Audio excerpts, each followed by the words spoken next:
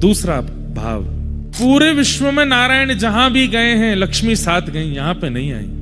क्यों? तपस्या में पत्नी साथ नहीं आएगी। उसके पीछे कारण क्या है? यहां पर भगवान बोले भैया हम तप करेंगे, गृहस्थाश्रम थोड़ी निभाना है। यहां पर लक्ष्मी जी से कहा आप वैकुंठ में रहिए, हम यहां तप की मुद्रा में विराज रहे हैं। ऐसे ही रो रहे थे बद्रीनाथ भगवान भी, बद्री फल दे दो बालक को। तो क्या बता रहा था मैं?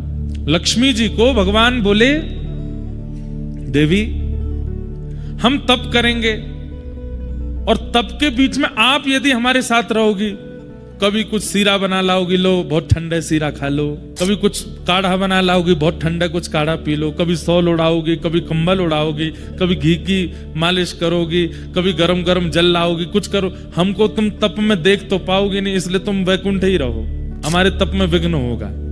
यहाँ के सेवायत बद्रीनाथ भगवान के स्पर्श करने वाले रावल जी को भी अधिकार नहीं है कि वो विवाह करें।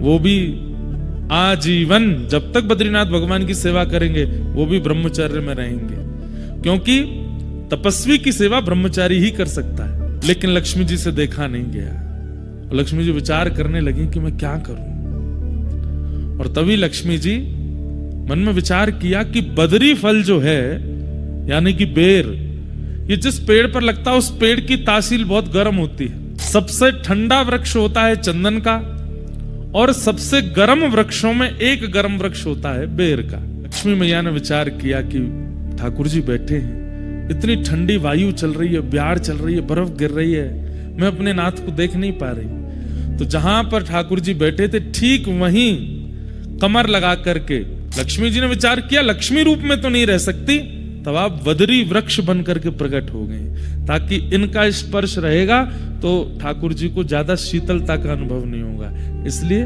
बद्रीनाथ।